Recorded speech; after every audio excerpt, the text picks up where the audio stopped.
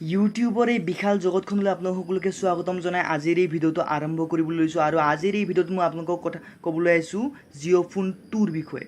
Jio' phone 2 হয়, আজি মুম্বাইত অনুষ্ঠিত হোৱা ৰিলায়েন্স কোম্পানীৰ বছৰেকীয়া মিটিঙত ৰিলায়েন্সৰ প্ৰধানমন্ত্ৰী তথা ভাৰতৰ আটাইতকৈ ধনী মানুহ মুকেশ আম্বানীয়ে ঘোষণা কৰিলে যে তেওঁলোকে এটা নতুন জিঅ' ফোন আহি আছে, যিটো জিঅ' ফোন অহা আগষ্ট মাহৰ 15 তাৰিখে ভাৰতৰ বজাৰত আহিব আৰু সেইটোক তেওঁলোকে নাম দিলে জিঅ' ফোন 2 বুলি।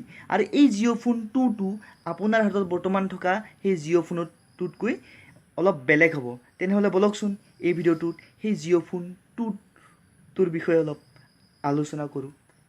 চাওক, সৰ্বপ্ৰথমে এই জিঅ' ফোনটো আগৰ দৰে 4G হ'ব, কিন্তু এই ফোনটোত আপুনি এখন চিমৰ ঠাইত দুখন চিম ব্যৱহাৰ কৰিব পাৰিব। অৱশ্যে এখন চিমত 2Gয়ে পাব, দুখন চিমতো আপুনি 4G নাপায়।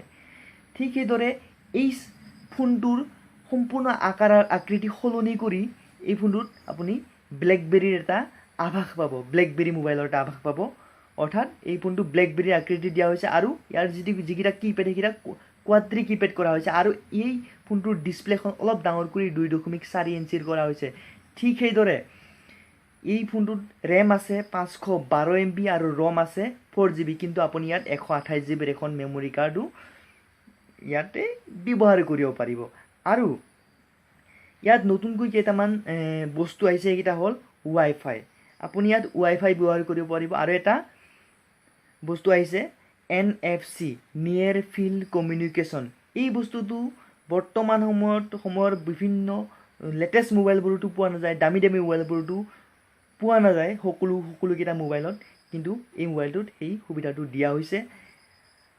সেইটো হ'ল এনেকুৱা এটা বস্তু, যদি আপুনি NFC ছাপৰ্ট কৰা দুটা মোবাইল এনেকৈ টাচ কৰি দিয়ে, তাৰপাছত আপুনি ব্লুটুথ জেণ্ডাৰ শ্বেয়াৰিং নোহোৱাকৈ সেই দুটা মোবাইলৰ পৰা ডাটা ট্ৰান্সফাৰ কৰিব পাৰিব। অৰ্থাৎ আপোনাৰ গাৰ্লফ্ৰেণ্ডৰ বয়ফ্ৰেণ্ডৰ ফটো ইফালে সিফালে কৰিব পাৰিব।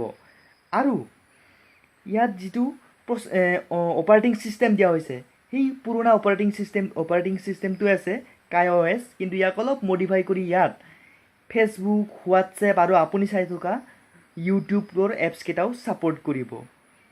এইটো খুবেই ভালেই বস্তু দিয়া হৈছে আৰু সেইবাবে ইয়াৰ যিটো বেটেৰী অলপ ষ্ট্ৰং কৰিবলগীয়া হৈছে আৰু ইয়াৰ বেটেৰীটো দিয়া হৈছে 2000 mAh। কিন্তু ইয়াৰ কেমেৰাৰ বিষয়ে মই ক'বলৈ নাযাওঁ, অলপ কেমেৰাটো উন্নত কৰা হৈছে যদিও ঘাটিয়াই আছে, কাৰণ এই সময়ত 2 MBৰ কেমেৰা, বেক কেমেৰা ঘাটিয়া বুলিয়ে ক'ব লাগিব। তো কিন্তু ইয়াৰ আৰু লগতে ইয়াৰ দাম কিমান আপোনালোকে জানে? ইয়াৰ দাম হ'ল 2999 টকা। দামটো বহুত বেছি হৈছে, কিন্তু ইয়াৰ এটা মজাৰ কথা আছে জানেনে? আপোনাৰ সেই আগৰ যিটো পুৰণা জিঅ' ফোন, সেই জিঅ' ফোনটোৰ লগত এই নতুন জিঅ' ফোনটো আপুনি সলনি কৰিব পাৰিব, অৰ্থাৎ এক্সচেঞ্জ কৰিব পাৰিব। আৰু এই এক্সচেঞ্জৰ প্ৰক্ৰিয়াটো এই মাহৰে 21 জুলাইৰ পৰা আৰম্ভ হ'ব। কিন্তু ইয়াত এটা জমনিও আছে, আপোনালোকে জানেনে? সেইটো হ'ল যে আপুনি মুকেশ আম্বানীক আৰু অলপ ধনী কৰিব লাগিব, অৰ্থাৎ তেওঁ গুৰুমান হিচাপে 501 টকা দিব লাগিব। তো এইখিনি আছিল জিঅ' ফোনটোৰ বিষয়ে মোৰ ক'বলগীয়া। যদি আপোনাৰ ভাল লাগিছে জিঅ' ফোনটো, যদি আপোনাৰ বেয়া লাগিছে তেন্তে তলৰ কমেণ্ট বক্সত কমেণ্ট কৰক, কেনেকুৱা লাগিছে কমেণ্ট কৰক। আৰু মোৰ এই ভিডিঅ'টোৰ বিষয়ে যদি কিবা ক'বলগীয়া আছে তেন্তে সেই কমেণ্ট বক্সতে আপুনি কমেণ্ট কৰিব পাৰিব। আৰু মোৰ ভিডিঅ'টো যদি ভাল লাগিছে তেন্তে ভিডিঅ'টো লাইক কৰক, ভিডিঅ'টো শ্বেয়াৰ কৰি দিয়ক।